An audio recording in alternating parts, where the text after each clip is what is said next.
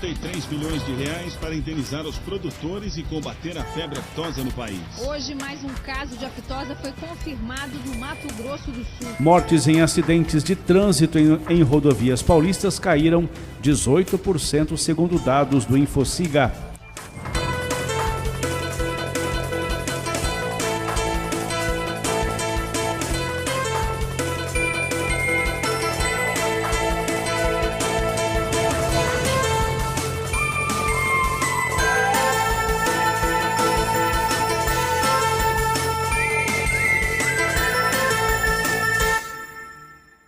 Nesta semana, de 11 a 15 de maio, a Prefeitura de Varginha, Secretaria Municipal de Saúde, realizam mais uma edição do LIRA-A, Levantamento Rápido de Índices para o Aedes aegypti. Esse trabalho consiste em visitar imóveis para verificar a existência de focos do mosquito e, com isso, estabelecer um índice de classificação para o município diante do risco de doenças que podem ser transmitidas. Tem toda a cidade, né? Todos os bairros é feito 20% deles, de cada bairro. Aí esse levantamento, normalmente eles falam que é sorteio, né? Explica pra gente como é que funciona essa seleção de casas que vão ser visitadas. Tem um programa do governo federal que separa a quantidade de quarteirões a serem visitados. E a gente separa 20% deles, de cada imóvel. Você trabalha uma casa, pula 5 e faz a próxima, né? Se tiver fechada, você volta, tem que achar dentro do quarteirão os 20%. No primeiro LIRA, né, que foi em janeiro, né, o índice foi médio, né? Qual a expectativa para esse levantamento agora? Até agora não está achando muito foco não, né? Então vai dar baixo risco. Se Deus quiser, a gente prefere isso. Prefere baixo risco, né? Você acredita que é baixo risco. Fala pra gente das ações, né, que vocês continuam realizando, porque a gente sabe que a dengue é um problema, né, contínuo e precisa de atenção o ano todo. Correto. A gente utiliza o índice da pesquisa do LIRA para direcionar os mutirões de limpeza, né? Até agora que o Sion deu um ou dois focos a mais, né? Então aqui a gente já está preparando o próximo mutirão. Você falou uma coisa interessante, esse levantamento do LIRA, ele determina a forma de trabalho de vocês também, onde vocês vão atuar mais efetivamente, né? Porque faz esse levantamento estatisticamente para saber onde os focos estão pegando realmente. Exatamente, que a gente utiliza ele como base, né? Saindo o resultado, o bairro que tiver mais infestado, a gente concentra lá. E você falou aqui de um mutirão aqui no Sion, vai começar quando? Já tá acontecendo? Como é que vai funcionar? Vamos esperar mesmo o final do LIRA, né? A princípio, o supervisor da área já separou a metade do bairro para ser trabalhado, né? Caso se confirme, que aí a gente já vem para cá direto, né? Vamos só esperar até amanhã, até sexta, para saber. Edson, e fala pra gente, né, de todas as ações que podem ser feitas pela população para prevenir aí a infestação, né, e a proliferação do mosquito da dengue. Começando de cima para baixo, caixa d'água, manter a caixa d'água sempre fechada, o ladrão, né, bem vedado, calhas, manter sempre limpas, né, nos quintais, áreas livres, se tiver ralinhos, manter sempre limpo e vedado com uma telinha, porque aí para proteger, para não ter futuro foco, né?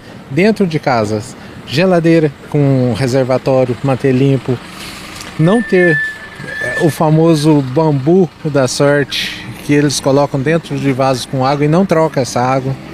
Então, eliminar o máximo possível de água parada, lixo, né, lixo doméstico manter tampado, porque o mosquito vai ali. Coisa simples que 10 minutos que a pessoa faça no celular todo dia, elimina um possível foco.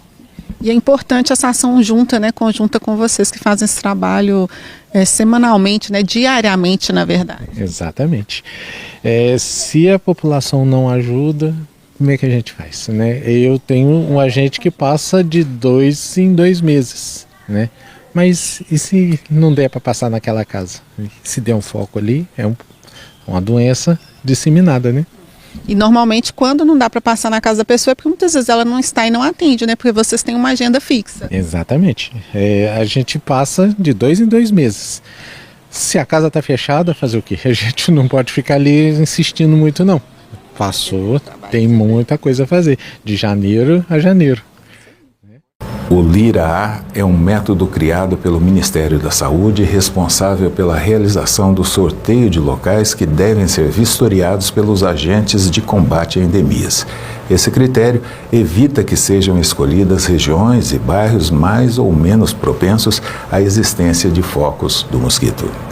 Agora na companhia da Priscila, gratidão pela participação conosco, boa tarde. Boa tarde, eu que agradeço mais uma vez a oportunidade, fico muito feliz de estar aqui. Bom, vamos falar de NR1, vamos começar explicando o que é, né? E em especial a mudança que a norma passou a ter neste ano. Sim, a NR1 ela vem desde o começo de todas as normas, lá em 1978. E em 2020 eles viram que o Brasil estava gastando muito dinheiro com atestado, com improdutividade, o governo e os empresários estavam gastando e o Brasil estava adoecendo. Então, o que eles fizeram? Vamos ver se é as empresas, se é o ambiente de trabalho, a gente consegue organizar no maior número de pessoas. E aí vem a atualização da norma desde 2020. Em 2024, eles fizeram um estudo e fizeram de uma forma que fosse obrigatório. Em 2025, como ainda muita gente não sabia o que ia ser, passou a ser um estudo para agora, em 2026, 26 de maio de 2026, ser obrigatório. É uma norma que ela avalia o risco psicossocial da empresa. Não é se o funcionário está com depressão. É o quanto a empresa está ou não adoecendo o funcionário. Perfeito. Então, justamente, né, como a gente avalia, né, nas outras normas, por exemplo, risco de acidente. Não é? Então, ao longo dos anos, foram avaliando o risco de acidente, aí foi implementando equipamentos, etc., para minimizar ou para retirar qualquer tipo de risco. A gente está fazendo a mesma coisa, mas pensando na saúde mental. Pensando no ambiente. O quanto esse ambiente afeta ou não a função mental, a organização, a cultura da empresa, o quanto afeta esse funcionário. Perfeito. E aí a ideia é ter esse olhar externo que avalia isso para que a empresa se adeque. Sim, não vem mais um gasto para a empresa. Tem empresas que têm essa cultura, que já vem de gestão da qualidade, que já usa o risco psicossocial mesmo antes de ser obrigatório. Não vem para dar um gasto para a empresa, vem para organizar o ambiente de trabalho para que fique bom, tanto para o funcionário quanto para a empresa, para a gente parar aquela depressão do domingo, né? E que, na verdade, acaba, às vezes, né, se a gente coloca em funcionamento, como as outras normas acabaram demonstrando, se economiza recursos, né, porque a gente reduz afastamentos, né, enfim, elimina uma série de problemáticas que o ambiente causava. Sim, eu acho que ela vem até como uma melhora a mais, entendeu? Ela não vem como gasto, ela vem como benefício. Por quê? A gente sabe que a gente tem vários profissionais trabalhando com presenteísmo. Ele está presente de corpo e a mente está em casa, a mente está no que ele pode fazer, a mente está no que ele quer sair mais cedo. E não está ali no ambiente de trabalho. Isso acontece acidentes, isso acontece improdutividade. Isso acontece que se eu não fizer o meu trabalho direito, o seu também não vai ser bem feito, porque a empresa ela tem que gerir em harmonia. Tudo tem que fluir. Se um não faz, sobrecarrega os outros. Então, a NR1 ela vem para falar assim, olha, aqui está improdutivo, aqui tem líder tóxico, aqui tem falta de trabalho, porque falta de trabalho também adoece. Sobrecarga adoece e subcarga também adoece. E a Miriam perguntando o seguinte, não é? Tem se falado, mas na prática, né, o que a empresa deve fazer? De cara, assim, olha, eu tenho que procurar um profissional, eu tenho que tentar entender a norma, tem um passo a passo a ser cumprido. Procurar, porque assim, a norma ela não especifica qual pessoa tem que aplicar a NR1, o inventário que vai para o PGR.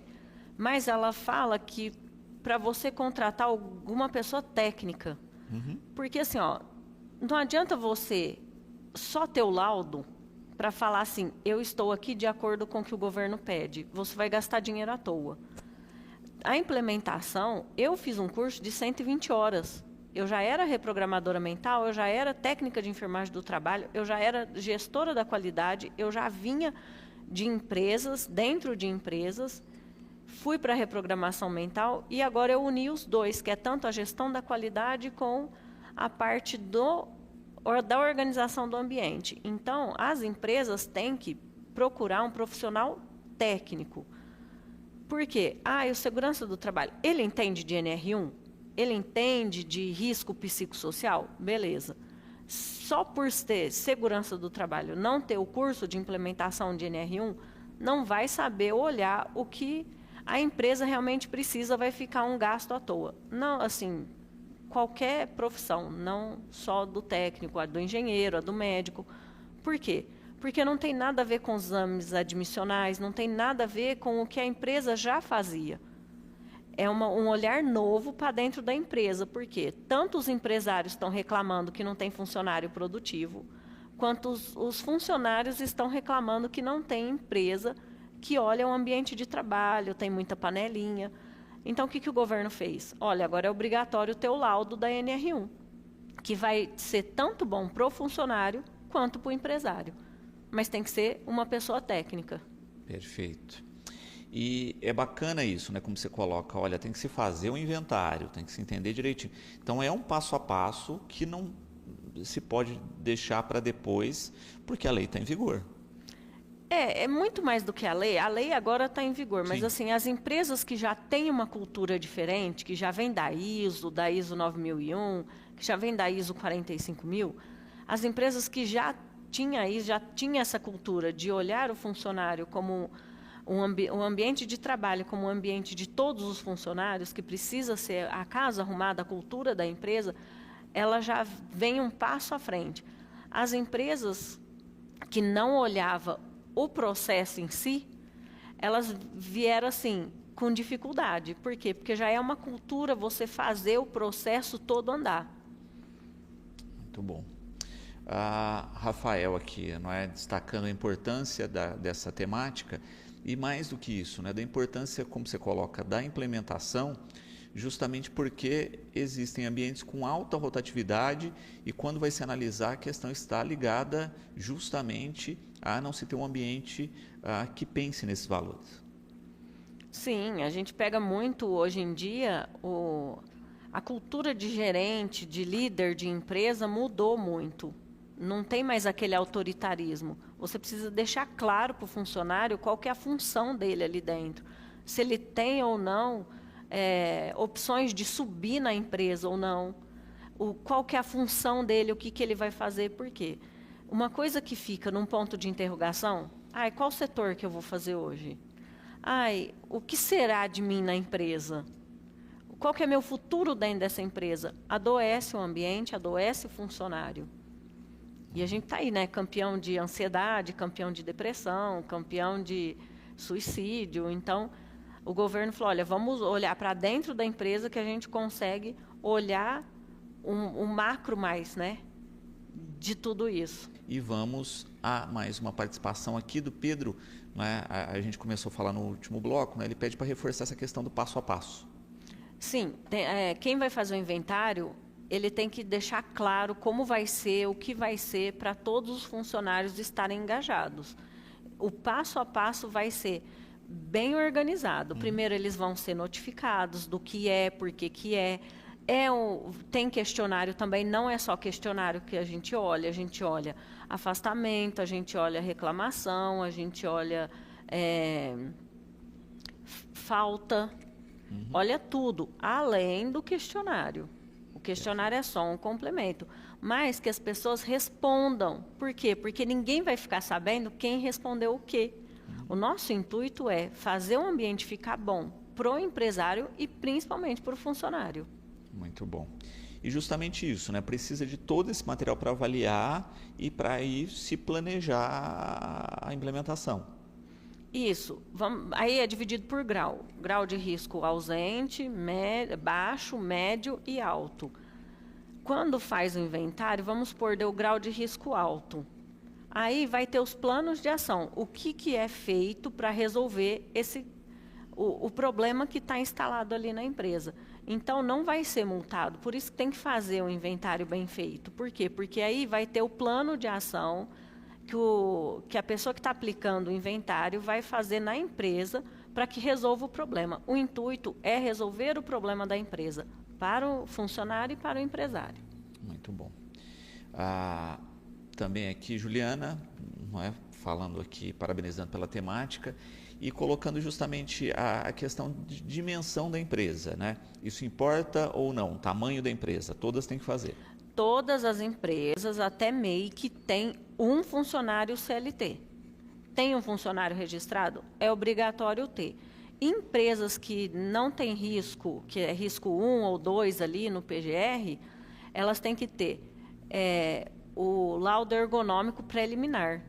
É um papel falando, olha, aqui foi avaliado e não contém risco ou contém risco baixo, porque tem empresa que tem que ter meta. Só que até quando a meta é ou não, até qual que é o grau de meta que tem que ter, porque tem meta abusiva e tem meta muito baixa, né? Então, a pessoa que vai fazer o inventário é empresa por empresa, não é todas as empresas iguais não, e é setor por setor.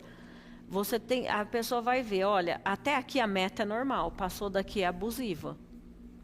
Aqui tem funcionário que não tem o que fazer. Isso também adoece, você ir para a empresa não ter o que fazer. Então a gente precisa ver o que vai fazer com esse setor que está ocioso. Perfeito. Tem um parâmetro que o governo dá de uma análise assim, de 13 tópicos.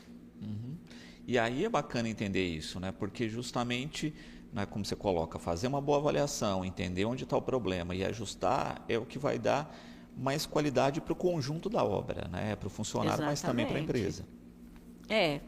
Porque às vezes tem empresário que confia ali naquele gestor que está. Só que ele vai perceber dali 10 anos que aquela liderança mais adoeceu a equipe do que favoreceu. Tanto que a gente vê empresa aí que fale. Por quê? Má gestão que o empresário confiou na pessoa. Porque para modificar os números é fácil, né? Só que chega uma hora que a conta chega. Um tema aqui que a Marília coloca, que a gente até falava no intervalo, que é a respeito do laudo e do programa contínuo, não é? Ela pede para explicar essa diferença e como desenvolver um programa contínuo. O laudo é um inventário que a gente vai fazer baseado em informações. Informações quais? O Forms, que é um programa que o funcionário responde, a gente vai olhar qual que é a política da empresa, como funciona a empresa, e vai olhar se tem a rotatividade de funcionário, a gente vai olhar como um todo e vai fazer um inventário daquilo. Olha, aqui essa empresa apresenta isso para informar para o governo. Programas contínuos é que antigamente as pessoas faziam palestra de Setembro Amarelo, Agosto Lilás, só palestra, só que isso não funciona. Então, o programa contínuo, o meu pelo menos, que eu tenho uma empresa, a gente transformou os 12 meses dividido em 4 blocos. 3 meses a gente trabalha uma parte, 3 meses a gente trabalha outra, 3 meses a gente trabalha outra. E a gente vai trabalhando. Cada bloco a gente trabalha uma parte. A gente trabalha o ambiente de trabalho, a gente trabalha as doenças psicossociais que pode ter dentro do trabalho, a produtividade, o que o funcionário está achando do que está acontecendo ou não, de como ser mais produtivo com menos trabalho, porque tem a teoria de Pareto que fala 20% do nosso trabalho equivale a 80% do nosso resultado. Se a pessoa está trabalhando demais e a empresa está ali no limite, qual que é o erro? Então, cada bloco a gente trabalha de um jeito, que é o mental, o relacional, o ambiental e a produtividade. Perfeito.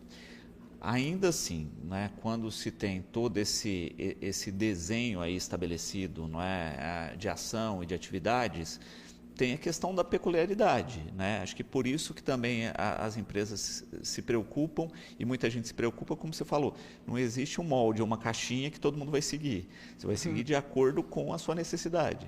Sim, cada empresa tem a sua necessidade única. A gente não pode fazer uma receita de bolo e achar que todas vão dar certo.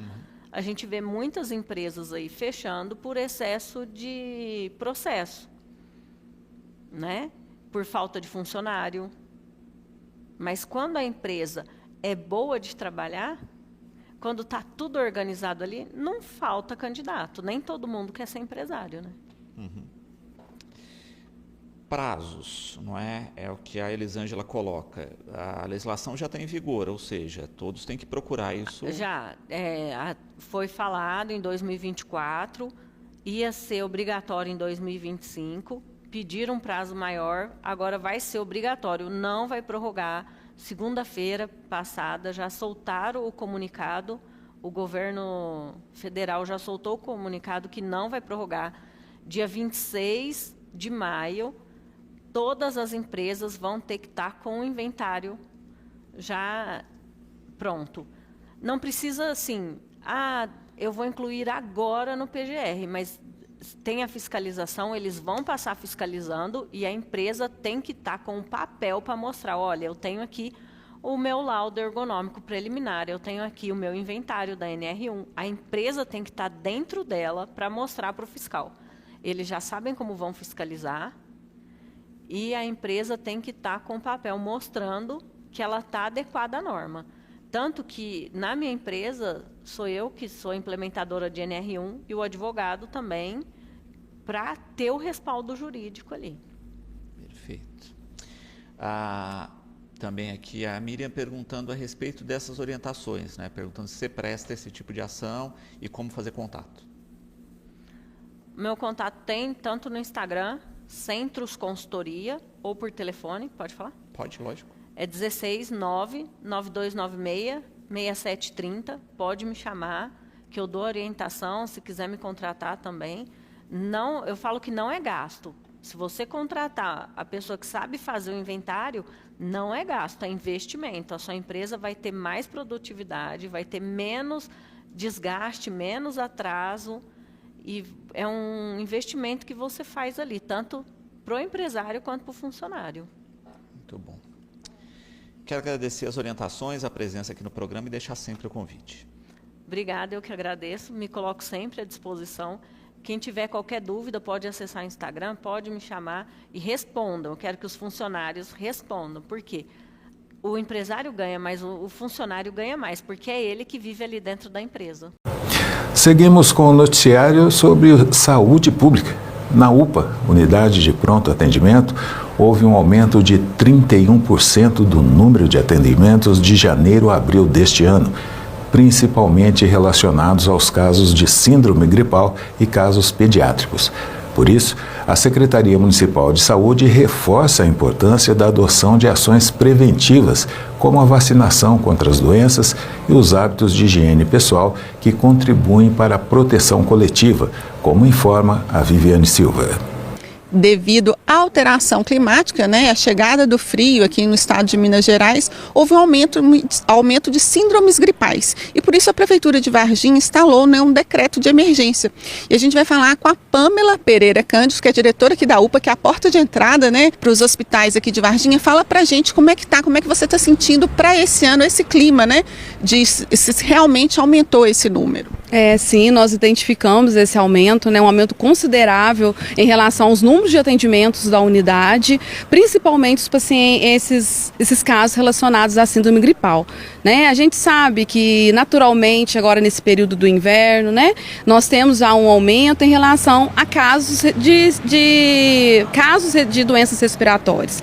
Entretanto, em 2026, nós identificamos aí um aumento de 30% já em relação a esse mesmo período do ano passado, o que nos traz aí um alerta em relação a esse aumento constante aí desses casos. Pamela, e você havia me dito, né, que a questão pediátrica, né, as crianças é que vem mais sofrendo, né, com esse problema aí das gripes, né, e das doenças respiratórias. Isso. Infelizmente, esse é o grupo que mais tem procurado atendimento na unidade, em relação, principalmente, do ano agora de 2026. Quando a gente começa a relacionar, Viviane, os atendimentos de janeiro até abril de 2026, já houve um crescimento aí de 150% nesse grupo, né? E são os casos que a gente fica mais preocupado em relação ao agravamento da doença, né?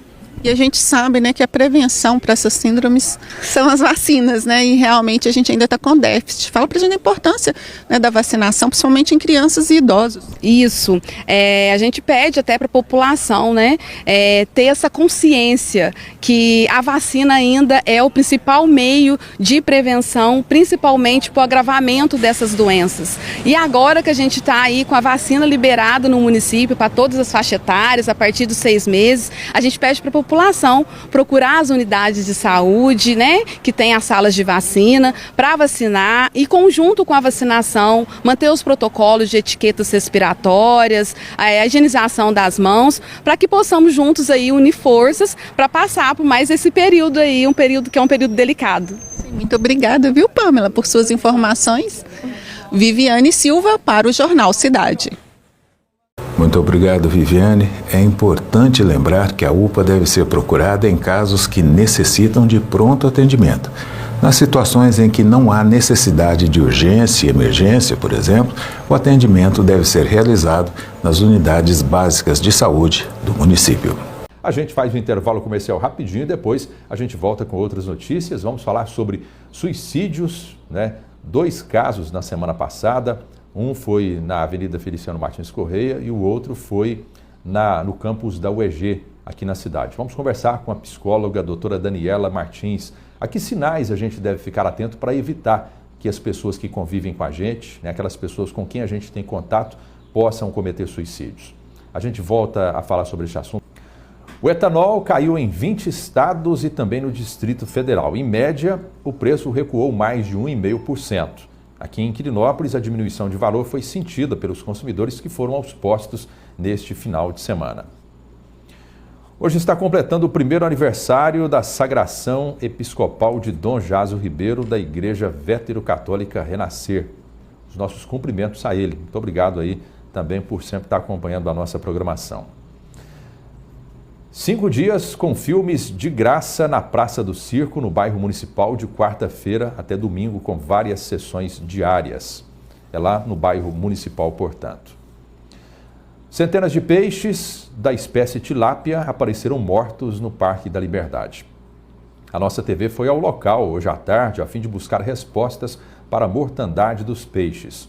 O biólogo Vinícius Leal explicou que a morte dos peixes decorre em função de uma inversão térmica, o que se repete a cada ano.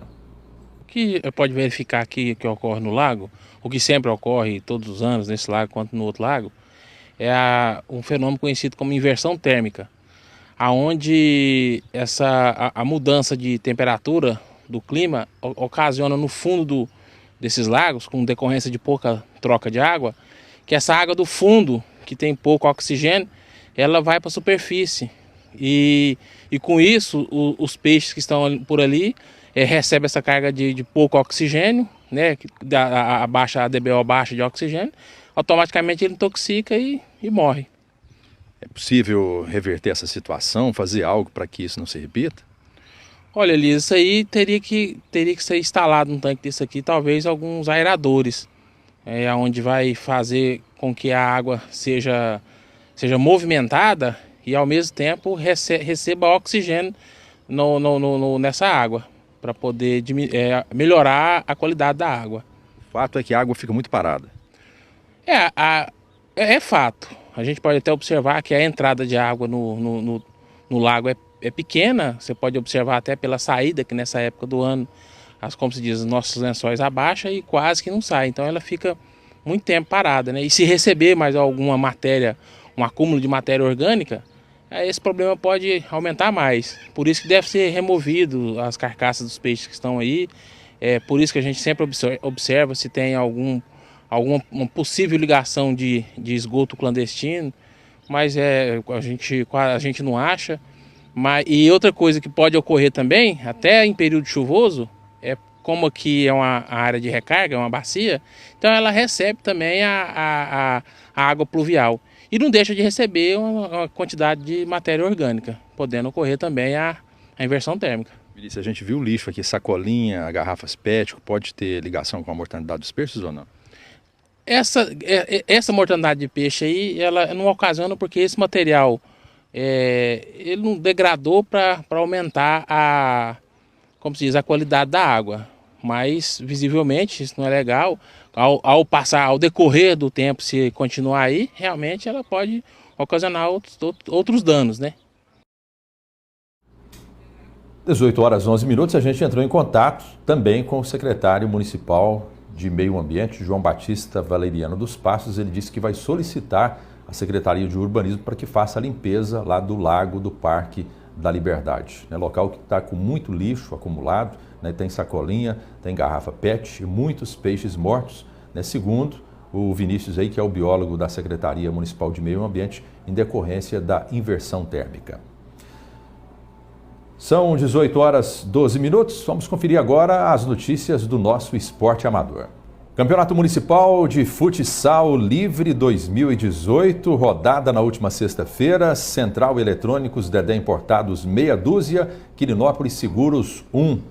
Mercearia Economia, Express Assessoria 10, Brigada Mirim Ambiental 1. Comercial Campeão 9, Corujão Lanches A Resende 4.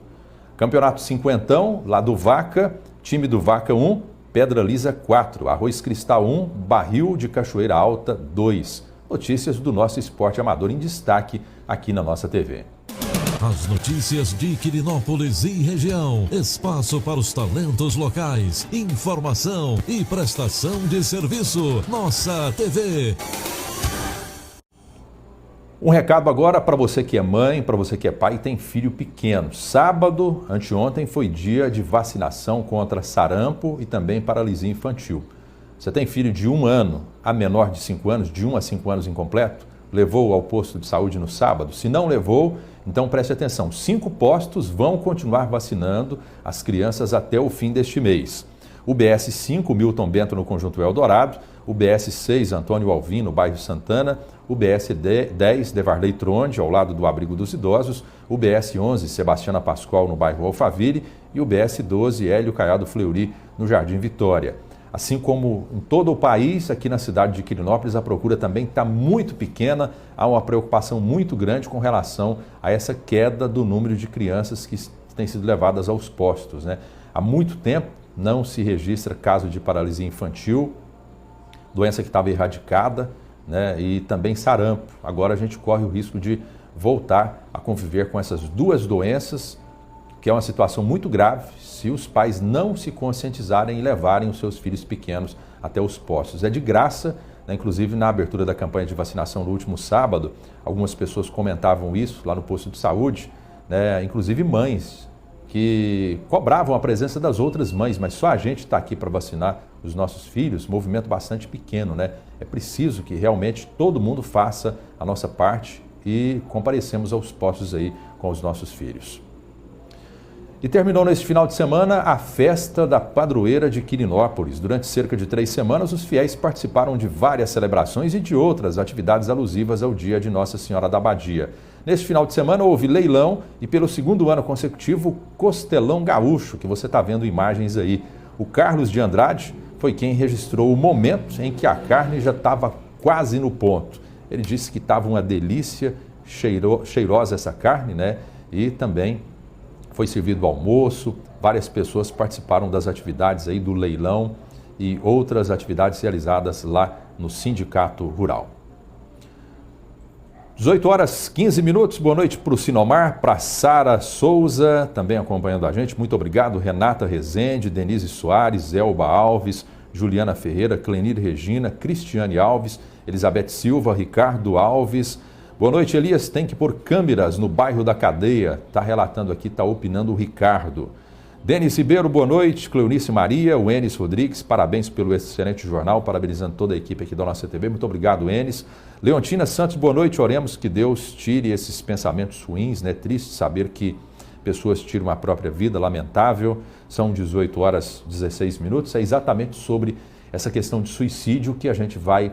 Essa questão do suicídio que a gente vai abordar agora aqui no nosso programa. Você sabia que a cada 40 segundos uma pessoa se mata no mundo? Pois é, a cada 40 segundos. São inúmeras as causas do suicídio: depressão, problemas conjugais, dificuldades financeiras, dificuldades de relacionamento, bullying, luto, abuso por drogas e outros tantos motivos. A maioria dos casos de suicídio está relacionada a problemas emocionais. A nossa TV conversou hoje com a psicóloga Daniela Ferreira Martins. Ela explicou sobre a importância de ficarmos atentos às pessoas com as quais convivemos. Muitas vezes não percebemos os sinais que podem indicar a intenção do outro de se matar. Falar de suicídio é muito complicado, né? Porque geralmente é um assunto que as pessoas mistificam muito. Tem muito medo de falar sobre esse assunto, com o receio do que pode vir. As doenças emocionais hoje, elas estão assim, né, sendo muito comentadas. E uma das principais causas que levam a pessoa a cometer o suicídio é por conta de algum problema emocional.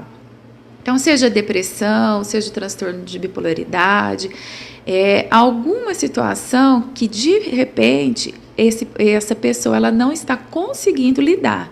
Então, a gente fala muito da depressão, mas tem vários outros fatores, né? Como relacionamentos conjugais, relacionamento com a namorada ou namorado, trabalho. Tudo isso influencia a qualidade de vida, né? Existem pesquisas que mostram que até 2020 a saúde mental vai ser a principal causa de afastamento do trabalho. Então, se a gente não começa a prestar atenção na nossa saúde mental, nós vamos também crescer esse número de suicídio. Hoje, o suicídio é a terceira causa de morte entre as pessoas no Brasil. Então, nós temos uma estatística muito grande. Então, as principais causas a gente vai sempre estar ligando a questões emocionais, seja uma questão de depressão ou de uma tristeza profunda, que às vezes a gente confunde um pouco, né? Eu posso pegar um outro tipo de problema, vamos descobrir que imaginar que eu descobri que eu estou ali com um problema de saúde grave, um câncer, né? Que eu começo a imaginar que ele seja mais grave do que realmente é. Eu posso começar um período de tristeza e essa tristeza pode se aprofundar depois para uma depressão. E nesse percurso, por eu não dar conta de lidar com as minhas emoções, eu posso vir a cometer um suicídio.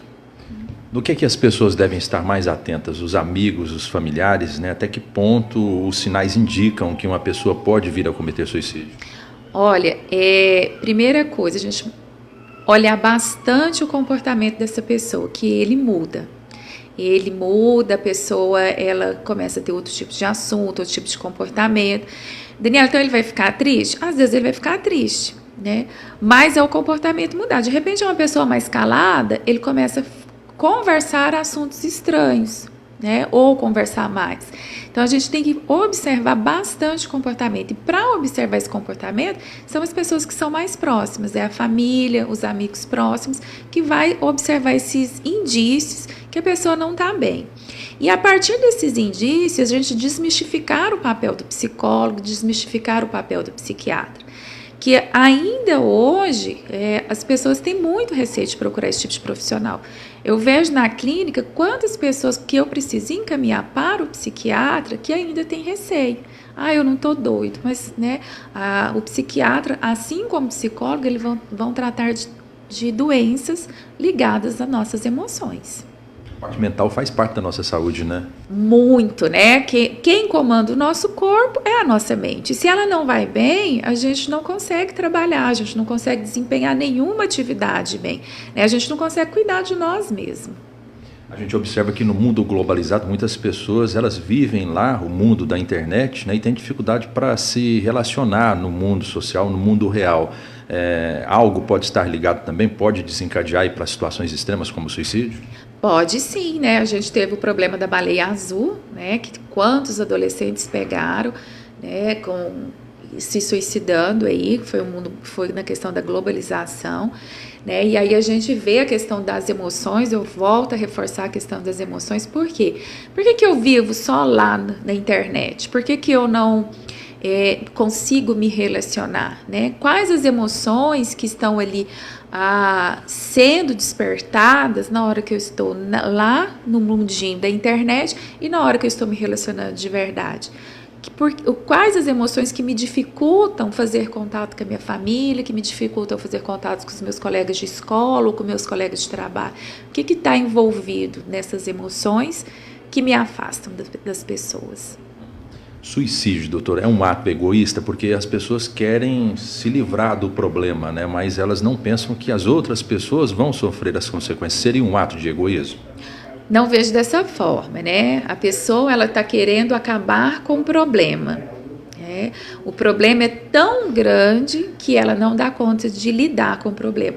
Praticamente, ela não está falando que ela quer acabar com a vida dela, ela quer acabar com o problema. Então, como que eu vou resolver este problema? Seria mais fácil enxergar desta forma, né? Então, se a gente enxerga como esse lado egoísta, a gente está colocando a culpa na pessoa. E a gente está esquecendo todo o sofrimento que ela passou até chegar nesse ponto, até tomar essa decisão. Ela não tem outro caminho, né? Ela acredita piamente que ela não tem outro caminho. Já é uma decisão extrema que passou por diversos fatores, né? Por diversas instâncias, né? Já passou por diversas instâncias, pelo menos na cabeça dela, né? De repente, se a gente for conversar com o familiar, ele fala assim, não, mas eu não vi ele fazendo nada, né? Assim, de tentar resolver esse problema. Mas ali no mundo dele, das emoções dele, ele já passou por diversas instâncias e o comportamento dele me mostrou que tinha alguma coisa errada e a gente não percebeu. Né? Seja pela nossa correria, seja porque realmente ele disfarçou muito bem, mas é muito importante a gente estar atento a todos os comportamentos dos nossos familiares, dos nossos amigos. Um assunto que a gente não fala muito é a automutilação. O que é a automutilação? É uma forma de eu me matar cada dia um pouquinho. Eu já estou mostrando que o meu sentimento não está legal. Então, e dali para a gente começar a pensar no suicídio é uma linha muito tênue, é muito simples a pessoa fazer isso. Já falou de amigos, de familiares, o papel da escola também é muito importante em se tratando aí de adolescentes, de jovens, né? Sim, de crianças também, né? Porque hoje a gente tem muitas crianças com depressão. Tá? A criança é mais fácil de ver porque as tias da escola, né, as professoras, ela trabalha muito com o lúdico com a criança, então ela manifesta muito rápido. Adolescente, a gente está vendo uma proporção de automutilação, que é a questão das emoções deles, que não estão sendo trabalhadas, né, não estão sendo resolvidas. Então, aquele adolescente que começou a mudar o comportamento, né? A escola começar a observar. Aquele adolescente que, de repente, sempre está chegando na escola com roupa de frio, então calor de rachar, um sol para cada um, como a gente costuma falar, e ele está sempre coberto. A escola tem que mandar ele tirar? Não, a escola tem que acolher essa pessoa. Não é criticar, que muitas vezes a gente percebe, né, que eles chegam com raiva no consultório, porque a escola critica, a escola comenta, a escola aponta, os coleguinhas apontam. Essa pessoa não tem que ser apontada, essa pessoa tem que ser acolhida. E aí falta o acolhimento lá fora e também na escola, né? Falta acolhimento na escola, falta acolhimento dos amigos, falta acolhimento da família, né? Quando a gente fala do adulto, alguns desenvolvem o alcoolismo, então é mais fácil a gente apontar o dedo para ele, porque que ele está desenvolvendo isso, do que acolher essa pessoa. Então, como que a gente pode ajudar? Observando o comportamento e acolhendo essa pessoa que mudou de comportamento.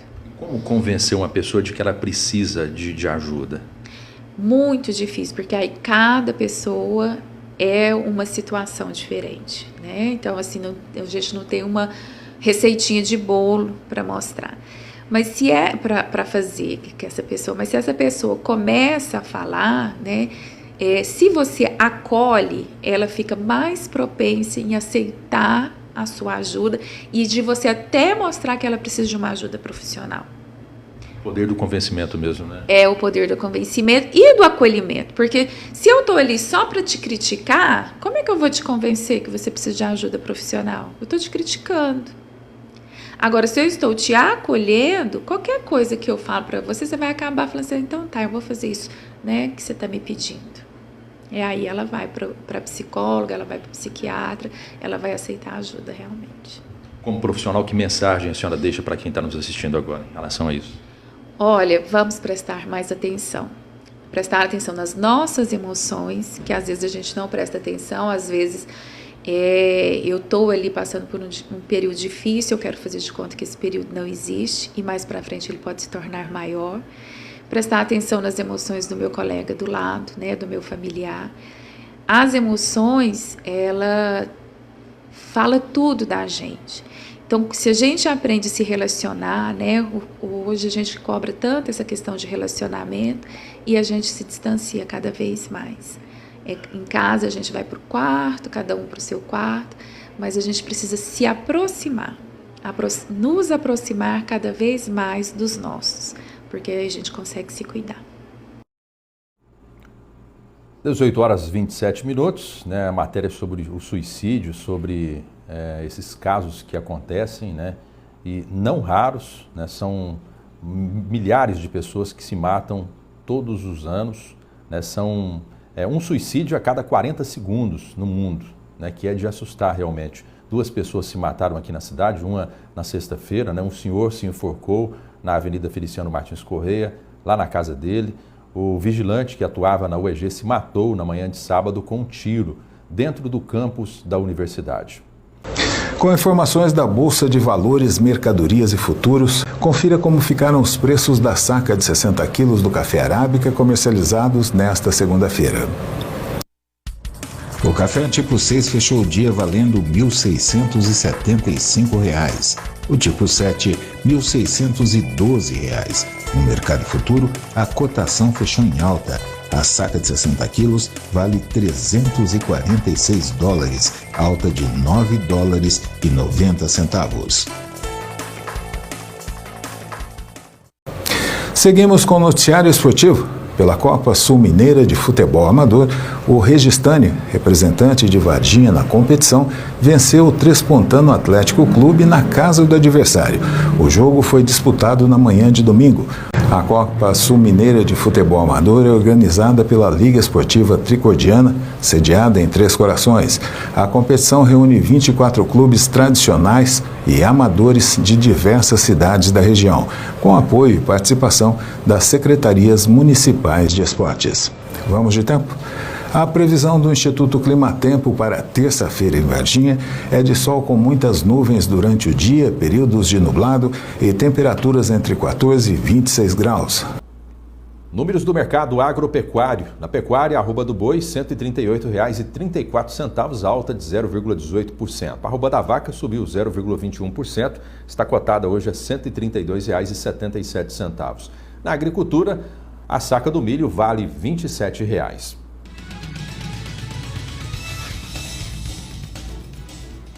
Cotação do dólar comercial hoje está valendo exatamente R$ 3,92.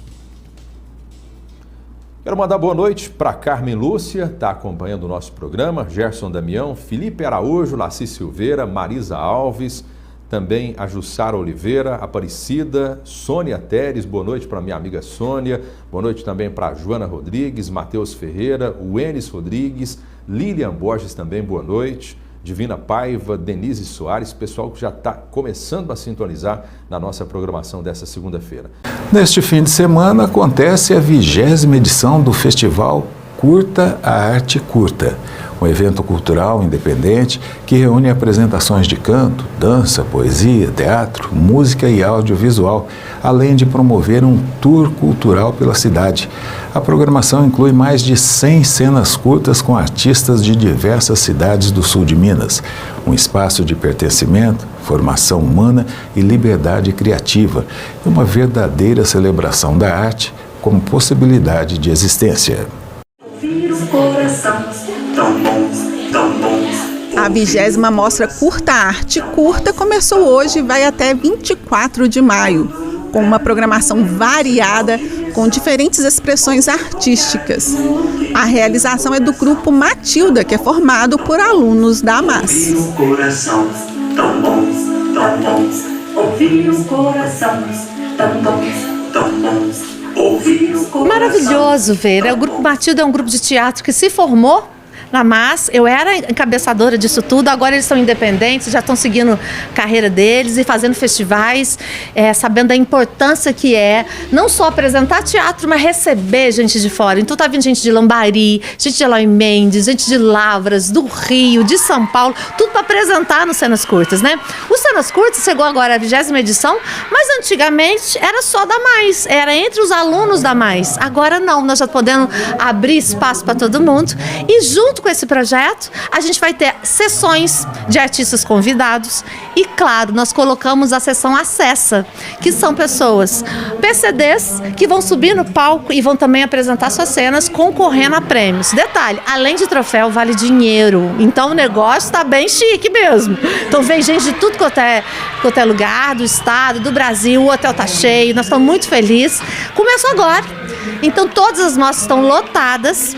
A gente está com expectativa de público maravilhosa, a gente fechou a escola, então já está tudo certinho.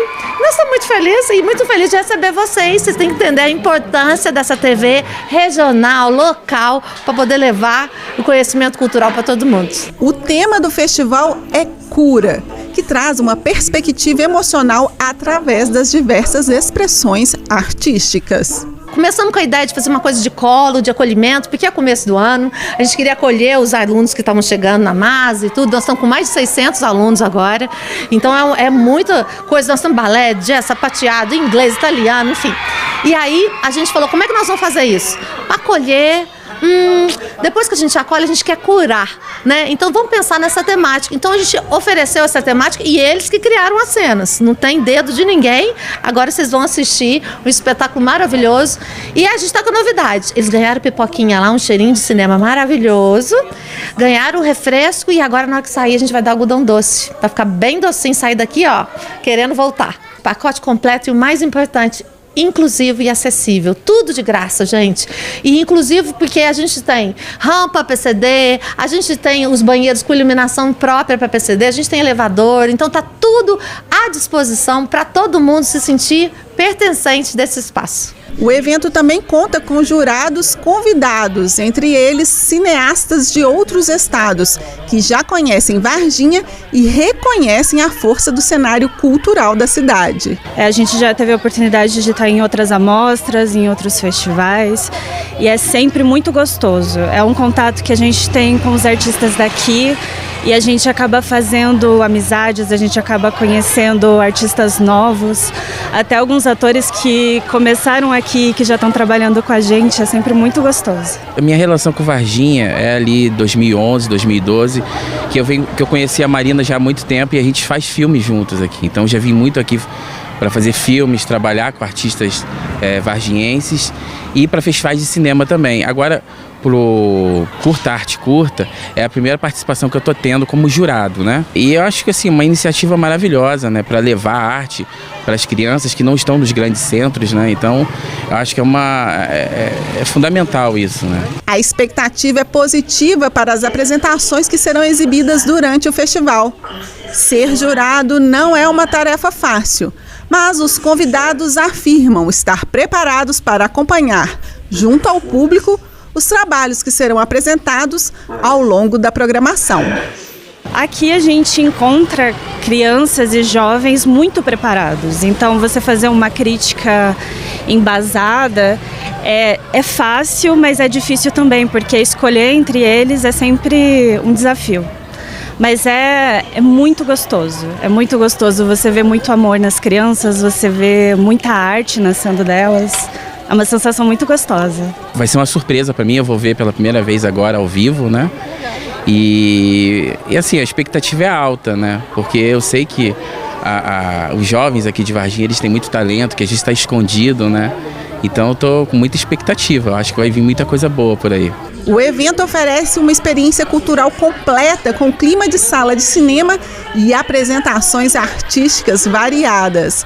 A mostra se torna uma oportunidade para que os moradores de Varginha e região possam vivenciar a arte de forma democrática, acessível e em diferentes linguagens culturais. Não tem como a gente pensar num futuro de Varginha como polo cultural se a gente não pensar nos pequenininhos. Os pequenininhos têm que ir a teatro, eles têm que ver dança, eles têm que ver arte, eles têm que ver... Vai ter cena em inglês, vai ter cena em italiano, vai ter música, vai ter muitas coisas. E a gente vai fazer, no domingo, a gente vai fazer um tour turístico por Varginha, levando os realizadores de fora, em cada ponto turístico de Varginha, junto com a Secretaria de Turismo. E aí, em cada ponto, vai ter um artista também. Então, eles vão no zoológico, vai ter um artista fazendo uma ação. Eles vão no Novo Horizonte, vai ter um artista fazendo uma ação. Então a gente está espalhando arte pela cidade toda, não só para as pessoas de Varginha, como para esses artistas de fora que estão vindo com seus familiares também para participar do festival. Quem quiser participar, fica de olho no nosso Instagram, @mas.cultura, ou chega nas mostras. As mostras escolas, não vou falar o horário, porque está lotado, não posso receber mais ninguém. Mas o pessoal da noite, de Varginha ou da região que quiser vir, está aberta. Cuidado que vai estar lotado, então chega cedo. A gente abre os portões às 7 horas da noite. O 20º Festival Curta Arte Curta acontece entre os dias 14 e 17 de maio no Ponto de Cultura MAS, localizado à Rua José Gonçalves Pereira, número 149, no bairro Vila Pinto. A entrada é gratuita.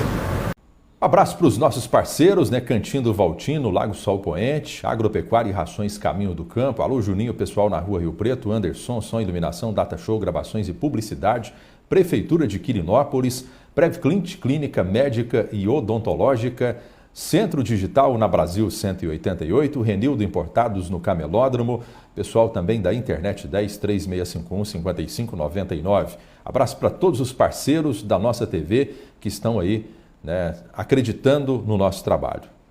Vamos falar agora de natureza. As abelhas são muito importantes para o meio ambiente, já que são as principais responsáveis pela polinização no país. Polinização é um processo essencial para a reprodução das plantas. No entanto, de acordo com o Greenpeace, o Brasil perdeu mais de 500 milhões de abelhas dado ao uso de agrotóxicos. As abelhas são essenciais para o meio ambiente. Trabalham na manutenção e no desenvolvimento da biodiversidade, além de serem fundamentais para a produção de alimentos. O mel, a própolis, a geleia real ou qualquer outro subproduto da abelha não é nada mais, nada menos daquilo que ela usa para sobreviver. E na tentativa de sobrevivência é que ela vai ao campo buscar própolis, buscar o pólen, para buscar o pólen, buscar o néctar, e nessa tentativa ela faz o trabalho de polinização, que é o ato de pegar o pólen de uma planta, transferir para outra, ou a parte masculina de uma planta e transferir para a parte feminina, aonde vai haver a fertilização dos grãos, que é o responsável pela nossa alimentação. Ela é muito importante, para todos os sistemas. E o senhor, como é que o senhor faz? Tem a captura de abelhas. Como é que funciona esse processo aqui que o senhor faz nesse terreno?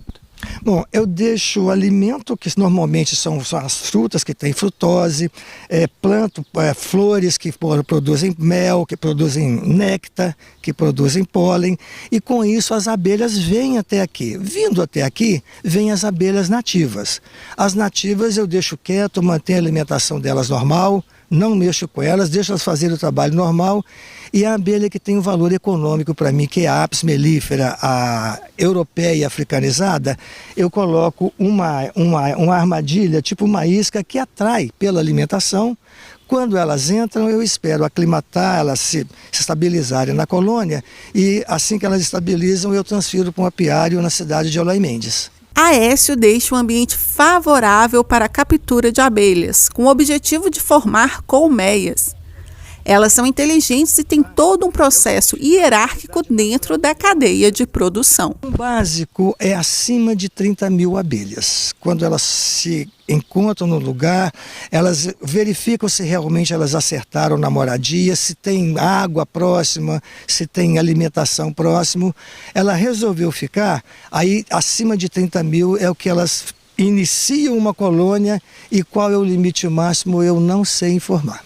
Então aquilo ali, o senhor já pode ter 30 mil ali passeando naquela caixa, como é que funciona isso? Nessa faixa, a faixa de umas 30 mil abelhas, cada uma na sua função, né? As faxineiras, as engenheiras, as campeiras que vão buscar alimentação e a principal delas que é a rainha, que é responsável por manter a agregação do sistema. As abelhas vivem cerca de 28 dias, a rainha até 6 anos. A abelha Apis mellifera, também conhecida como abelha europeia africanizada, é a mais comum na produção de mel. Quando vão ficar no lugar, o enxame reúne e estabelece, olha, nós vamos para tal lugar. Cada uma escolhe um lugar. Dentro desses lugares que elas escolhem, elas fazem tipo uma reunião, cada uma relata o que viu, isso é no entendimento nosso, né? Aí elas decidem para onde vão. A rainha, depois, junta a parte que vai voar com ela e voa para o novo ambiente. É assim que elas se formam, o enxame que passa voando de um lugar para outro.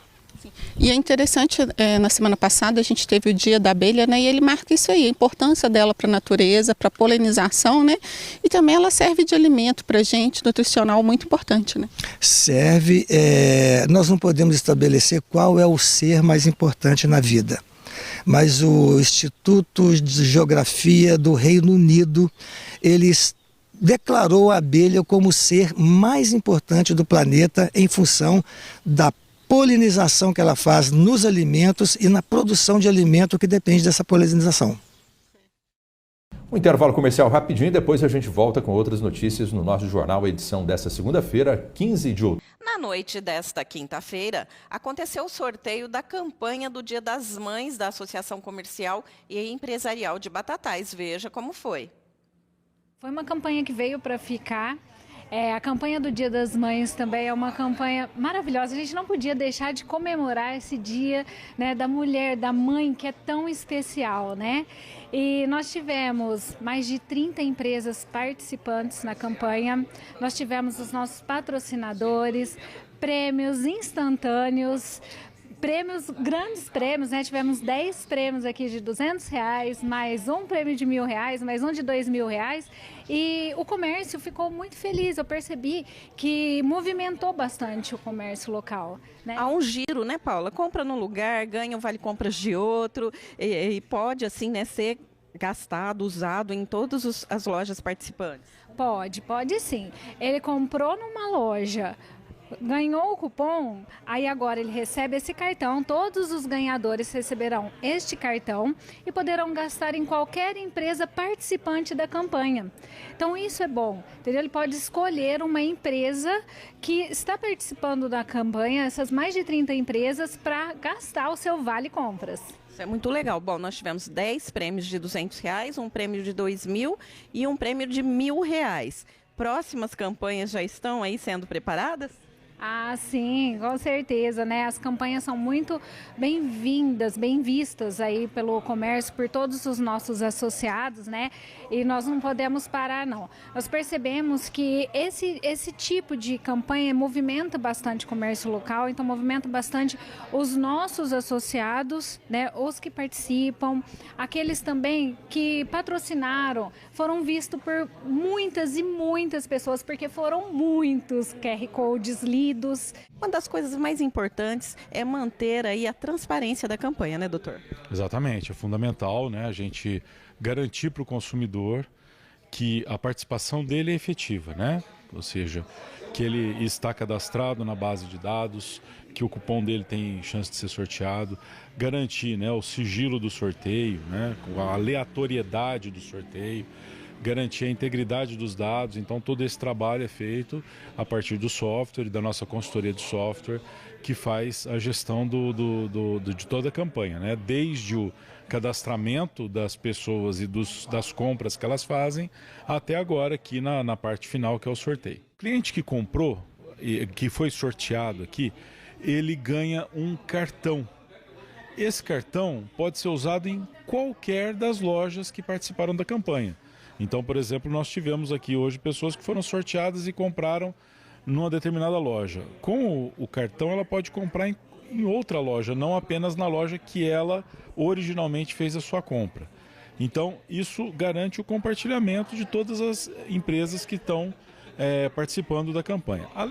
Uma rede de negócios, né, doutor? Funciona como uma rede de negócios. Além disso, né, o custo da campanha fica menor para as pessoas que estão, para as empresas que estão trabalhando, participando da campanha.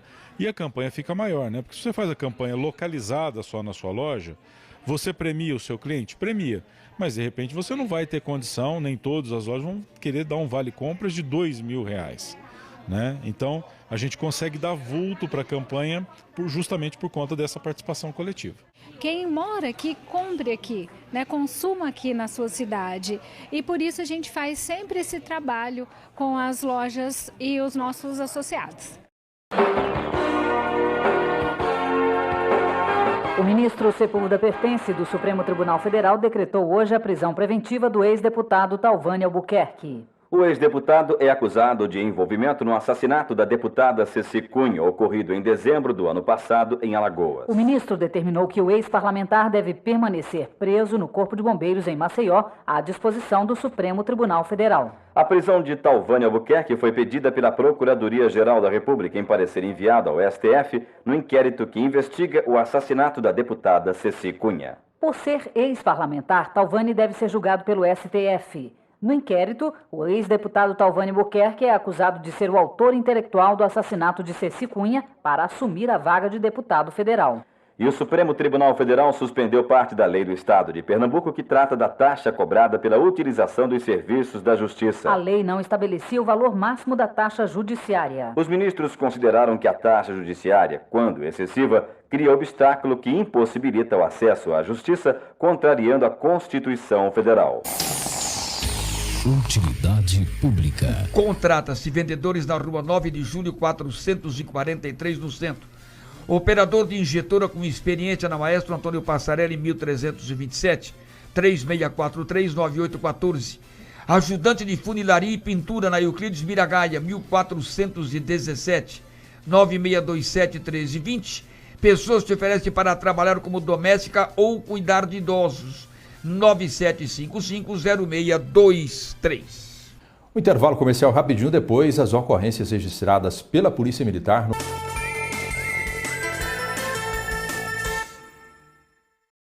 O Supremo Tribunal Federal invalidou uma lei do Distrito Federal que restringia a implantação de sistemas de portaria virtual em condomínios residenciais. A reportagem é da Carolina Chaves.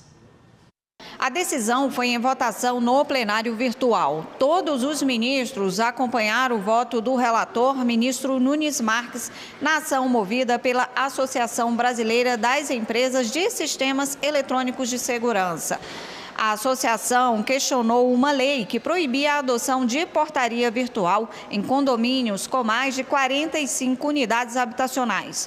Os que utilizassem o modelo seriam obrigados a contratar seguro específico para cobrir acidentes envolvendo portões automatizados, além de roubos e furtos nas dependências do condomínio.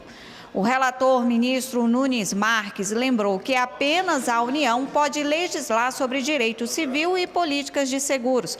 Por isso, considerou que o Distrito Federal invadiu a competência da União nesse tema. Pela legislação federal, as Assembleias Gerais dos condomínios têm autonomia para se organizar por meio do regimento interno e decidir sobre utilização das áreas comuns.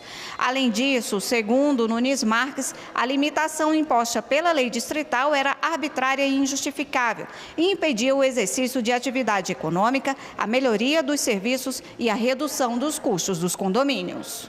A gente começa falando de um acidente de trânsito no início da tarde de sábado. O acidente que chamou a atenção foi na Alameda Paranaíba, esquina com a Avenida Santos Dumont, no bairro Pecuária. O acidente envolveu uma motocicleta e um Fiat Siena.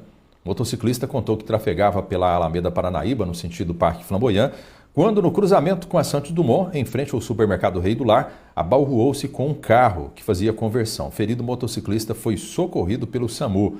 A moto foi liberada. Quando os policiais chegaram, o carro já não estava mais no local. Detalhe que você está vendo nessa foto aí, com o impacto, o velocímetro da moto foi parar nos galhos de uma árvore. Para você ver aí os danos, né, que foram consideráveis ao tanque da moto, né, a parte frontal da moto aí ficou bastante danificada, assim como a parte frontal também do veículo que se envolveu nesse acidente.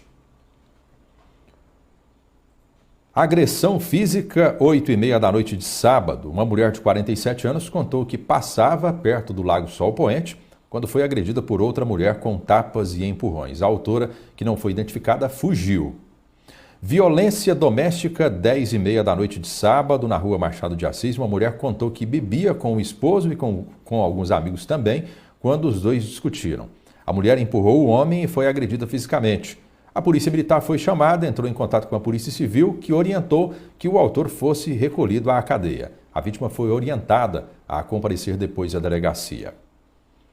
Roubo a transeunte. Foi pouco depois das 11 horas da noite de sábado, em patrulhamento pelo bairro Municipal, a polícia visualizou um ciclista que fugiu quando avistou a viatura.